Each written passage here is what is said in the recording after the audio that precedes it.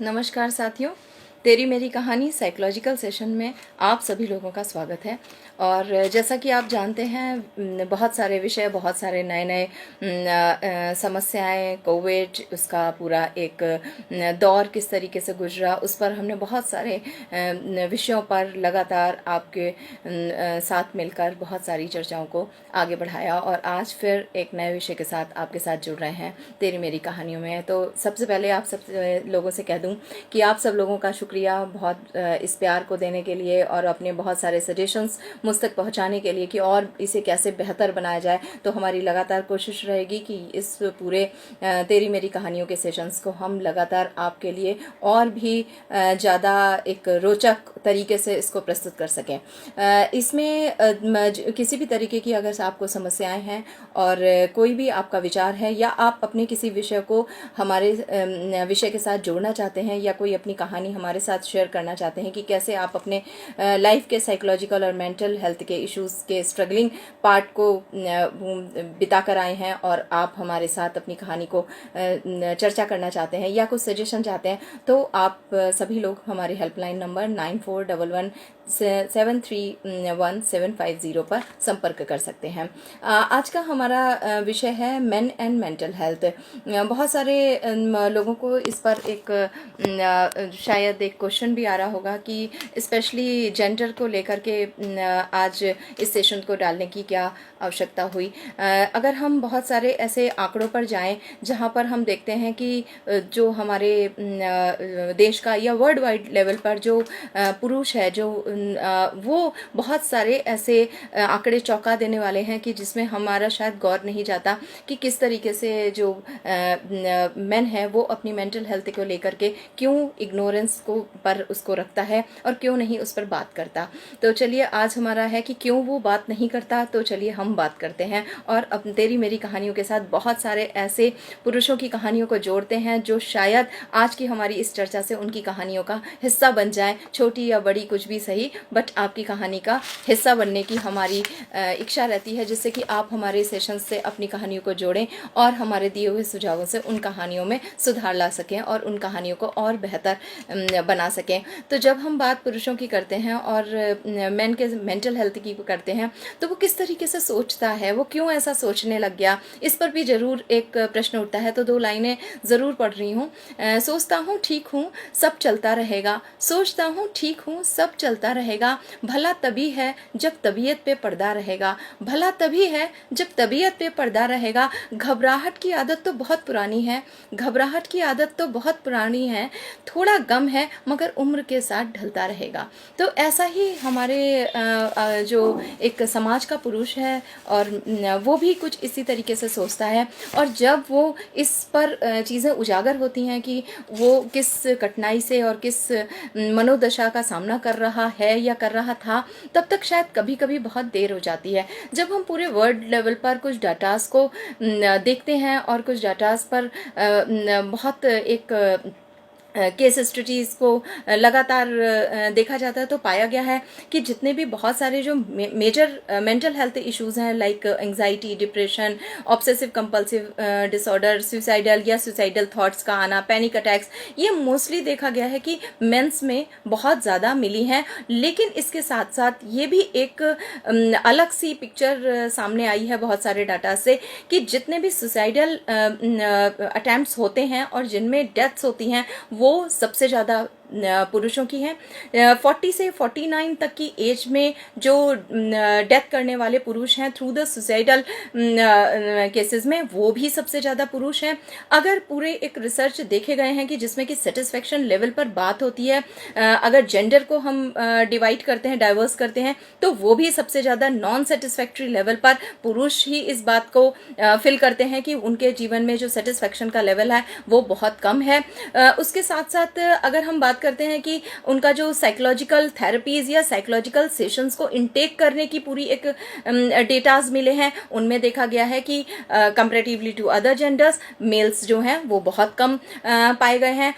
एक और चीज़ है कि जो गुमशुदा की तलाश में जो एडवर्टीजमेंट निकाले गए हैं न्यूज़पेपर्स में, पुलिस स्टेशंस में, वो भी सबसे ज़्यादा पुरुषों के ही हैं। साथ में जेल में जब अगर किसी भी क्राइम को करते हैं जो बहुत ही सीवियर क्राइम्स हैं, वो भी सबसे ज़्यादा पुरुषों के द्वारा हो रहे हैं। उसमें जब ये पाया गया है कि कितने मेंटली इल थे या उनको मेंटल हेल्थ के इश्यूज थे, वो भी सबसे ज़्यादा मेन में ही पाए गए हैं। अगर इंटरनल जेल के अंदर भी बहुत सारे ऐसे क्राइम या बहुत सारे ऐसे सेल्फ हार्म के केसेस को रिपोर्ट किया गया है, वो भी मेल्स में सबसे ज़्यादा किया गया है। जितना डिपेंडेंसी और फ्रिक्वेंटली जो ड्रग यूज़ की हिस्ट्री है, वो भी सबसे ज़्यादा पुरुषों में मिलती है। साथ में अगर हम बात करें कि महिलाओं और पुरुषों में अगर तुलना की जाए तो स्लीप डिसऑर्डर या स्लीप डिस्टर्बेंसेस के या जिसमें स्लीप के साथ स्ट्रगल करने वाला वो व्यक्ति अगर है तो वो पुरुष है। तो यानी कि मेन का मेंटल डिसऑर्डर और प्लस साइकोलॉजिकल वेलबींग तो पूरी तरीके से उसने बहुत ज़्यादा इग्नोरेंस पे रख रखी है, क्योंकि इतने बड़े आंकड़े अगर हमको ये कहते हैं कि इन सारी चीज़ों में क्रॉनिक मेंटल इलनेस से लेकर के क्राइम से लेकर के बहुत सारे इंटरनल इंटरपर्सनल रिलेशनशिप तक में अगर हम बात करें तो मेन की मेंटल हेल्थ पर एक क्वेश्चन मार्क ज़रूर लगता है। तो क्या ये क्वेश्चन मार्क वो पुरुष भी अपने ऊपर लगाता है कि क्या कभी वो चेक करता है, क्या कभी वो अपने आप को सेल्फ रिपोर्ट करता है, सेल्फ एक्नॉलेज करता है कि वो किसी तकलीफ में, किसी परेशानी में है, या वो कंप्लीट इसको डिनायल मोड पर रखता है या इसको सप्रेस मोड पर रखता है। तो बात यहाँ पर हमने इसीलिए आज शुरू करी है कि चलो बात करते हैं। तो आज जब बात करेंगे तो सबसे पहले हम ये जान लें कि क्यों एक पुरुष अपनी मेंटल हेल्थ और साइकोलॉजिकल वेलबींग पर डिस्कशन नहीं करता या उनको ओवर लुक करता है, उनको नज़रअंदाज कर देता है। तो सबसे ज़्यादा जो इस पे हम एक बार पहले भी इन बहुत सारे जेंडर पर हम चर्चा कर चुके थे, जिसमें कि हमने कहा कि पुरुषों का एक जो सोसाइटल एक्सपेक्टेशंस है और एक स्पेशली जेंडर को जो एक रोल प्ले दिए गए हैं, उस रोल प्ले में अक्सर ये पाया गया है कि वो अपने आप को एक पूरा घर का पूरा देख रेख करने वाला, उसके कंधों पे सबसे ज़्यादा भार है, उसके कंधों पर ऑटोमेटिकली उसने ले लिया है, सीख लिया है। तो सोसाइटल एक्सपेक्टेशन और ट्रेडिशनल जेंडर रोल प्ले जो है वो उससे हमेशा दबा रहता है, और ये बहुत एक सेंसिटिव और बहुत ध्यान देने वाला इशू है, क्योंकि वो अक्सर जो हमारा मेल है वो उसको ऑटोमेटिकली एक सिखा दिया गया है या उसने सीख लिया है कि अगर हम बात करें कि अच्छा बेटा कौन, जिसकी बहुत अच्छी नौकरी लग जाती है, जो बहुत अच्छे ऊंचे पद पे चला जाता है, जिसका समाज में सम्मान होता है। अच्छा भाई कौन, जो पढ़ाई में बहुत अच्छा होता है, जो फिनेंशियली बहुत अप होता है। अच्छा पति कौन, जो बहुत अच्छी अर्निंग करता है, अपने बच्चों को बहुत अच्छी एक अच्छा जीवन दे सकता है, सम्मान दिलाता है, वो उसको फिनेंशियली कभी कोई अभाव महसूस नहीं होने देता। तो अगर हम डिफरेंट रोल में एक पुरुष को देखते हैं तो उसके ऊपर ये सारी सोसाइटल एक्सपेक्टेशन ऑटोमेटिकली जैसे ही वो बड़ा होता है, यानी कि उस दिन से जब उसे ये बता दिया जाता है कि मर्द को दर्द नहीं होता, and behave like a man, you are a man, don't cry. तो जब उसे ये कह दिया जाता है कि रो मत, उदास मत हो, या गर्ल्स की तरह बिहेव मत करो, या तुम औरत नहीं हो तुम मर्द हो, तो बहुत सारे ऐसे जो डायलॉग्स इनडायरेक्ट कम्युनिकेशन में उसके ऊपर बचपन से थोप दिए जाते हैं, आगे चल के वो इन सोसाइटल एक्सपेक्टेशंस को अपने ऊपर ऑटोमेटिकली ले लेता है, कोई इसे ट्रांसफर नहीं करता, ये उसके जेंडर में इंटरनली उसकी पूरी स्कीमा बन जाता है, और यही इस स्कीमा से उसका एटीट्यूड गवर्न होने लग जाता है। तो इस तरीके से देखा जाता है कि वो अपने प्रॉब्लम्स को कभी आगे बढ़कर शेयर नहीं कर पाता। साथ में देखा गया है कि वो बहुत सारी ऐसी इन सब चीज़ों पर डिस्कस नहीं करता, उसके कंपैरिजन में वो बहुत सारी हार्मफुल कोपिंग स्ट्रेटजीज को एप्लीकेशंस में ले आता जाता है, जैसे ड्रग्स हैं, अल्कोहल है, स्मोकिंग है, या और भी बहुत सारे सब्सटेंस अब्यूज़ में अक्सर वो देखा गया है, या कई बार वो ग्लैमरिंग या किसी अन्य तरीके के भी नशे को करने लगता है। तो उसको लगता है कि शायद उसके स्ट्रेस को रिमूव करने के लिए ये रास्ता ठीक है, और वहाँ से वो अपनी हार्मफुल कोपिंग स्ट्रेटजीज़ को आगे बढ़ा लेता है। Thank you to all of you, जो लोग भी इस सेशंस को देख रहे हैं, Dwivedi ji, Shalini ji, thank you for watching Teri Meri कहानी। साथ में जब हम और इस पर डिटेल में जाते हैं तो हम देखते हैं कि एक जो मेल है, पुरुष है, वो उसको लगता है कि वो दूसरों की एक्सपेक्टेशंस को पूरा करने के लिए वो तभी बहुत सम्मान पाएगा, या उसका तभी एक वो रियल मैन बन पाएगा जब वो दूसरों की एक्सपेक्टेशंस को फुलफिल करेगा। और वो जितना अच्छे से एक्सपेक्टेशन को उनकी फुलफिल करेगा, चाहे वो सोसाइटी की हो, फैमिली की हो, उसके अपने इंटरपर्सनल रिलेशनशिप की हो, तो वहाँ पर भी आपने देखा होगा कि अगर वो किसी एक लव रिलेशनशिप में भी है, तब भी वहाँ पर एक डिमांड वहाँ पर ऑटोमेटिकली इस्टेब्लिश हो जाती है कि आपको गिफ्ट क्या मिलते हैं, आपको दिया क्या। तो वहाँ से उसके अंदर एक अननेसेसरी एक चीज़, प्रेशर बिल्डअप होता चला जाता है कि उसे अर्निंग करनी है, उसे फाइनेंशियस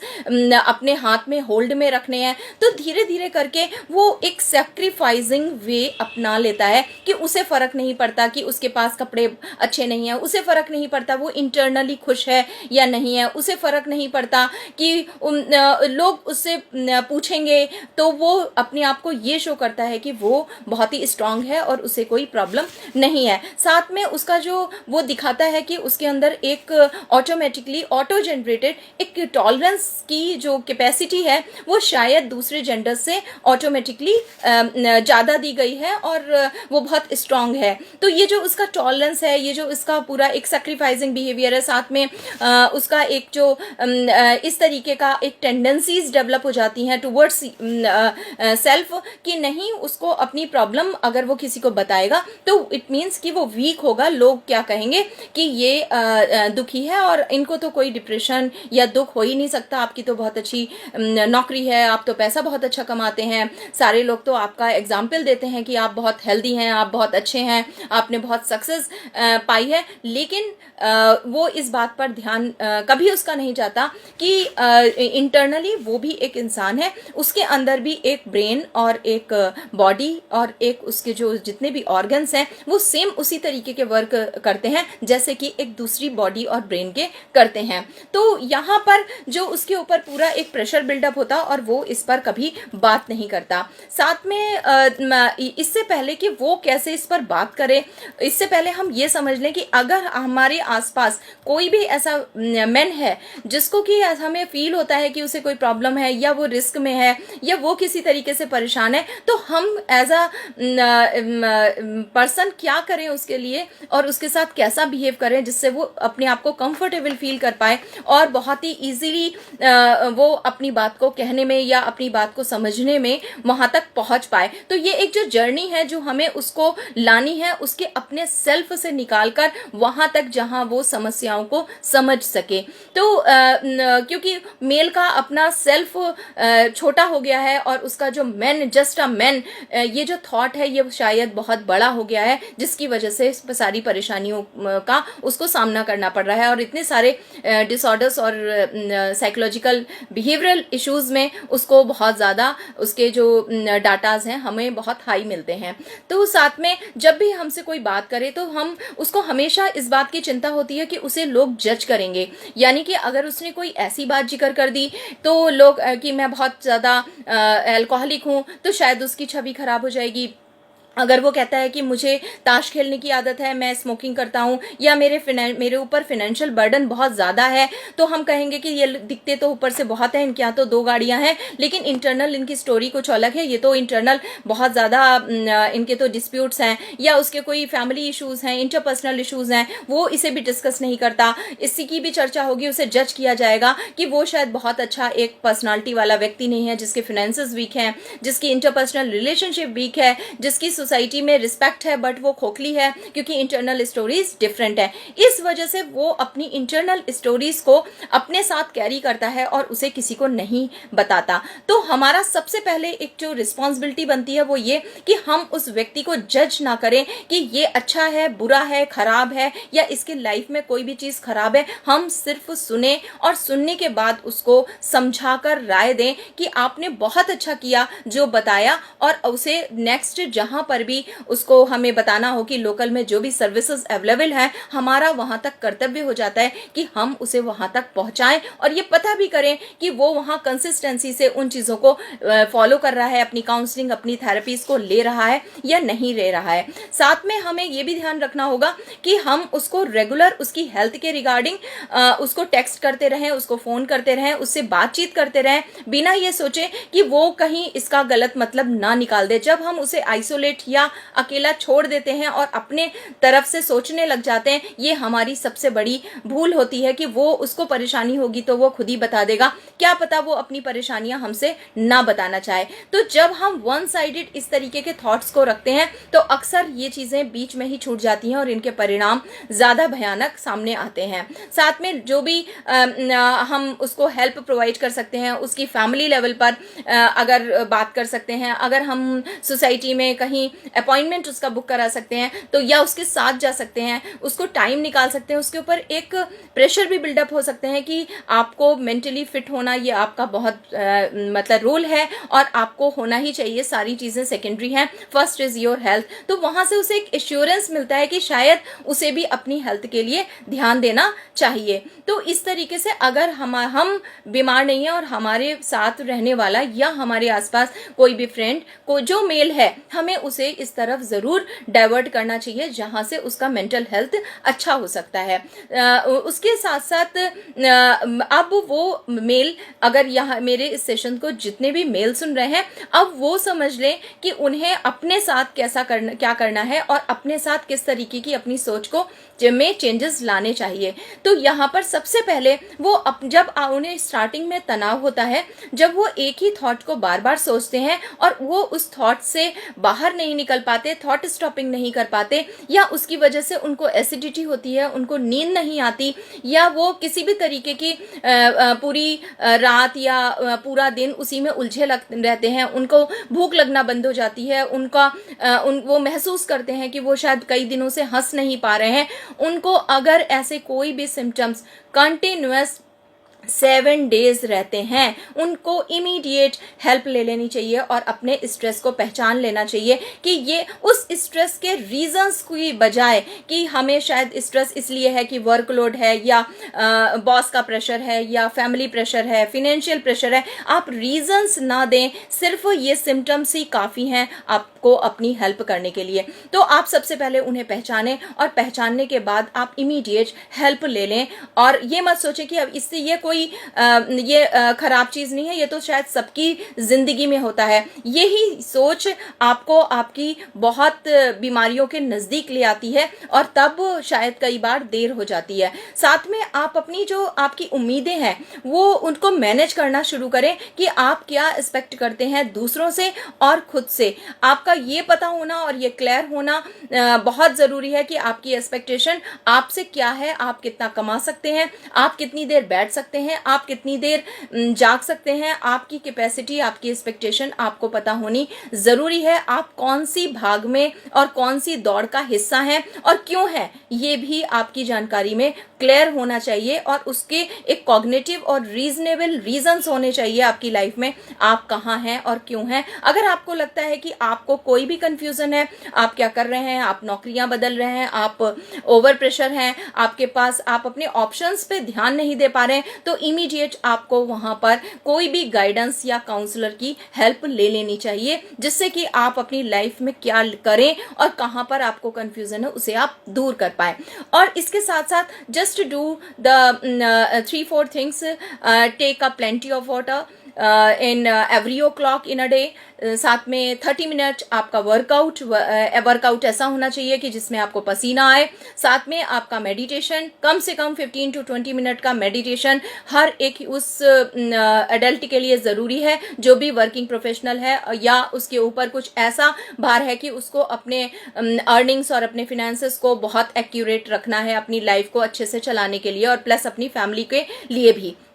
तो यहाँ पर उसके लिए ये दो तीन चीज़ें बहुत ज़रूरी हैं, उसका सोना और उसका जागना, उसका साथ में बहुत ही एक न्यूट्रिशियस डाइट को लेना। अगर वो ध्यान दे कि उसका कोई भी पार्ट इन 3-4 चीज़ों में से लैक हो रहा है या इग्नोर हो रहा है, आप उसको इमीडिएट डिसीजन लेने पड़ेंगे, इमीडिएट रिसोर्सेज को अवेलेबल कराना होगा कि कैसे उसकी ये सारी चीज़ें ठीक हो सकती हैं। उसका पानी, exercise, meditation, food and sleep. तो अगर वो ये बेसिक चीज़ों को ठीक रखेगा तो एटलीस्ट कम उसके अंदर जो बायोलॉजिकल इम्बैलेंसेस होने हैं, बायोलॉजिकल मीन्स कि उसको इंटरनली बॉडी लेवल पर कुछ अगर पेन या कुछ और एसिडिटी या ऑक्सीजन का लैकिंग, वो सब एटलीस्ट बैलेंस रहेगा और वो यहाँ से काफ़ी कुछ अपनी चीज़ों को, प्रॉब्लम्स को, जो मेंटल प्रॉब्लम्स हैं या साइकोलॉजिकल बिहेवियरल इश्यूज हैं, उनको मैनेज कर पाएगा। साथ में उसको ध्यान देना पड़ेगा कि वो खुद को जिस समय खाना खाता है, जिस समय वो सोता है, जिस समय वो टीवी देखता है,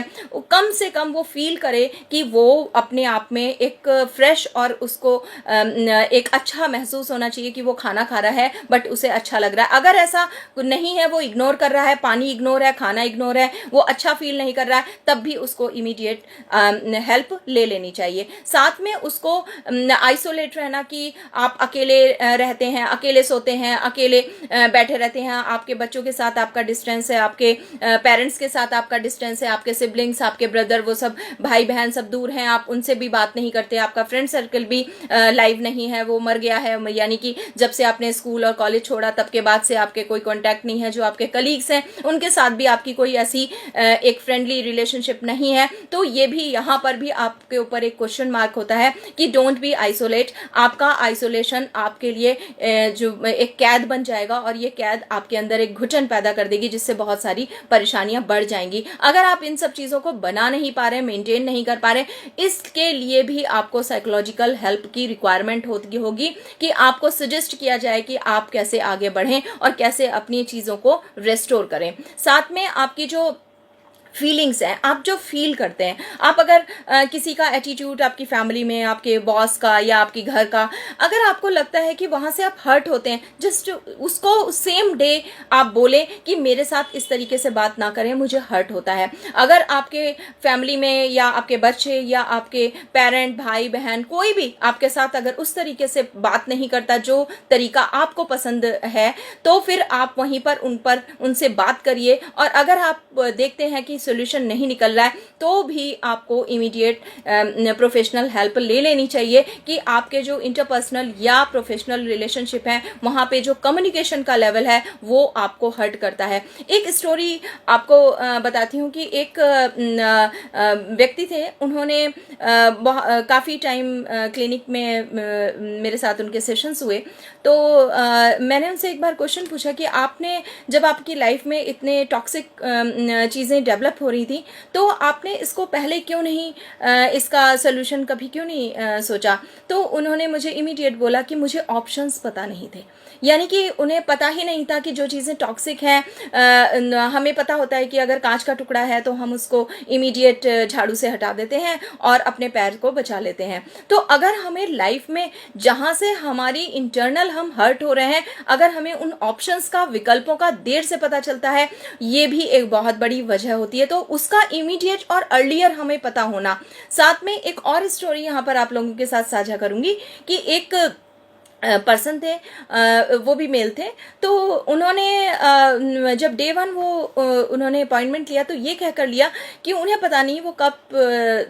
मतलब कब तक जिंदा हैं और उनको हर समय मरने के थॉट आते हैं। जब इसको पूरा मैंने एक्सप्लोर किया कि कहाँ से, तो वहाँ से पता चला कि जो उनके कॉलोनी में और उनके घर में प्लस जो उनके जहाँ वो काम करते थे वहाँ पर जो लोग हैं, तो वो अक्सर जब वो नमस्ते करते हैं और बहुत फ्रेश होके बहुत अच्छे से नमस्ते करते हैं तो जो रिप्लाई मिलता है वो रिप्लाई एक सरकास्टिक वे में मिलता है, यानी कि लोग उनकी खिल्ली उड़ा रहे होते थे, हंसी उड़ा रहे होते थे, वहां से उनकी एंजाइटी और पैनिक अटैक इतने ज्यादा इंक्रीज हो जाते थे कि वो जीना नहीं चाहते थे। उन्हें लगता था कि इस सोसाइटी में, इस परिवार में और इस कार्य के स्थल पे उनको कोई सम्मान नहीं देता, उनकी कोई इज्जत नहीं है। तो ये दूसरों के द्वारा दिया हुआ एक नॉन वर्बल कम्युनिकेशन, कोई उन्हें गाली नहीं दे रहा था, कोई उनको थप्पड़ नहीं मार रहा था, तो लेकिन नॉन वर्बल कम्युनिकेशन भी कई बार लोगों को इस हद तक परेशान कर देता है कि उन्हें लगता है कि वो कब तक जिंदा रह पाएंगे। तो ये जो दो चीजें हैं कि लाइफ में ऑप्शंस का पता ना होना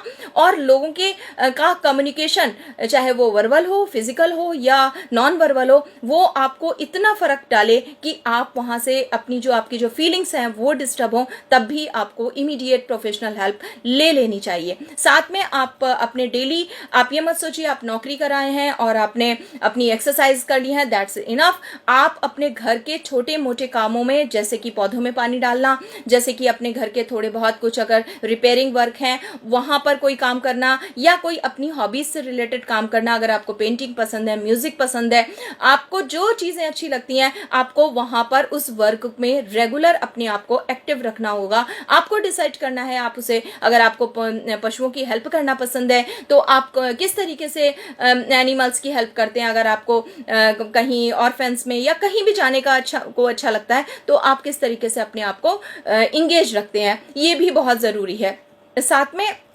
आपका जो एक टच है, यहाँ ये एक बहुत बड़ा मैटर है कि जैसे ही एक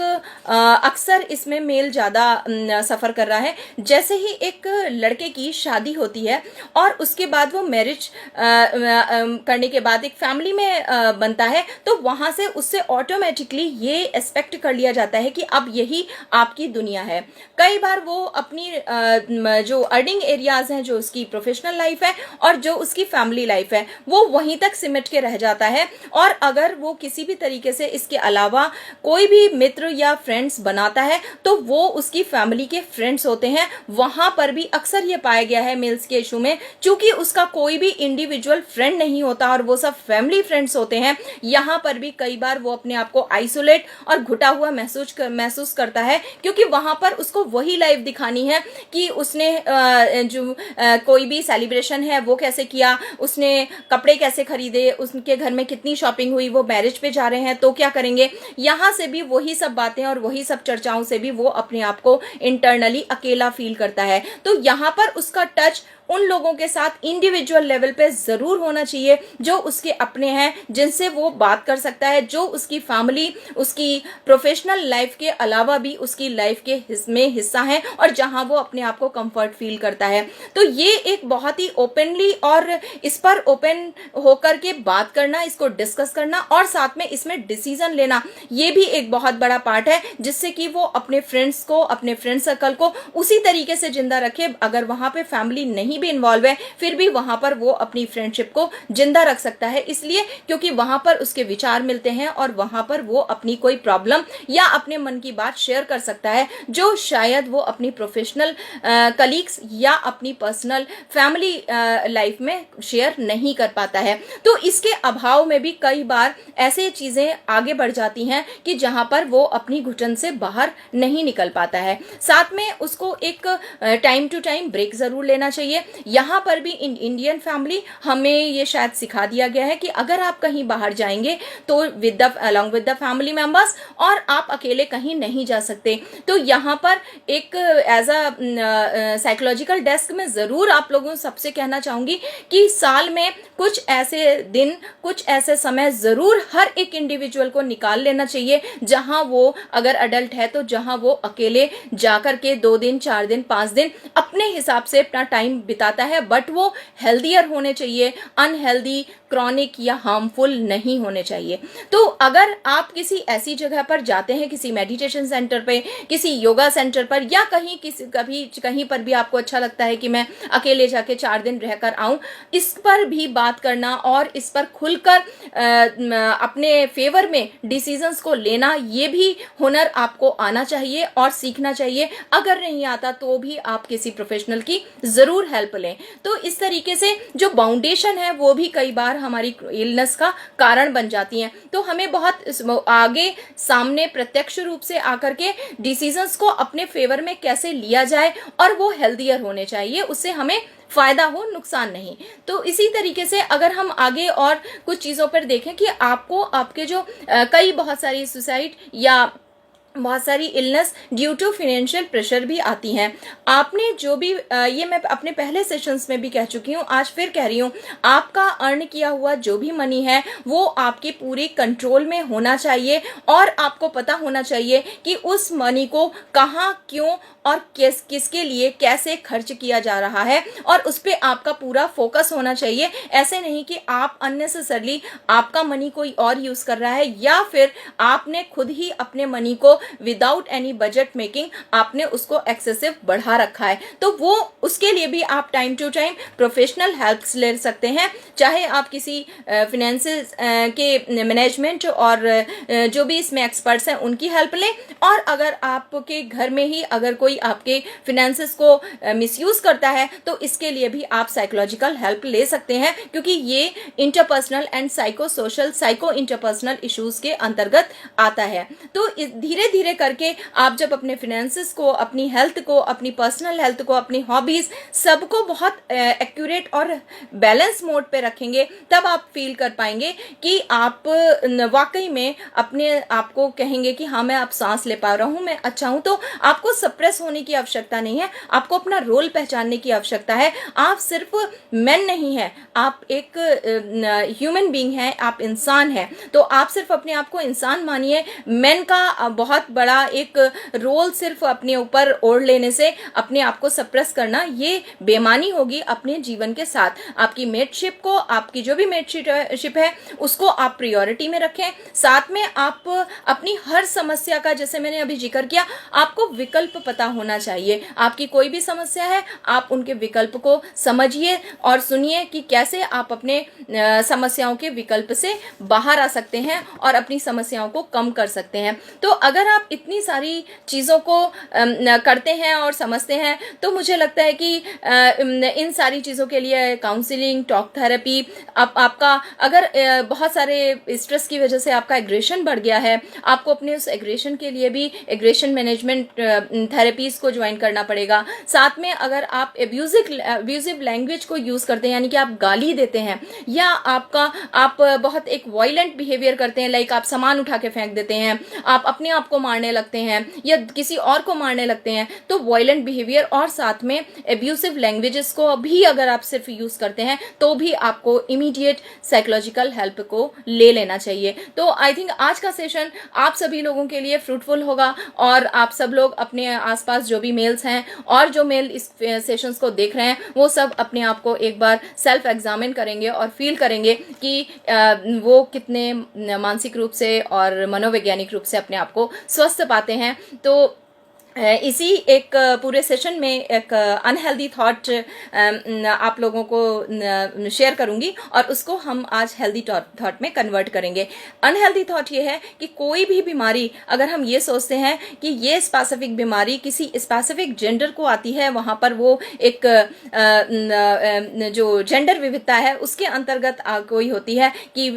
मानसिक बीमारी, शारीरिक बीमारी या मनोवैज्ञानिक बीमारियां, तो ऐसा बिल्कुल भी नहीं है। बीमारियां हर एक शरीर, हर एक मन और हर एक मस्तिष्क के लिए बराबर बांटी गई हैं। तो आप इस भेद को बंद करिए और behave like a human, not like a man और वुमेन। तो आज के इसी आशा के साथ कि आगे भी हम बहुत सारी कहानियों में आपके साथ जुड़ते रहेंगे और तेरी मेरी कहानी में आप लोगों से विदा लेती हूँ अगली एक फिर नए विषय के साथ, और आप अपने विषयों को हम तक जरूर पहुंचाइए। धन्यवाद, नमस्कार।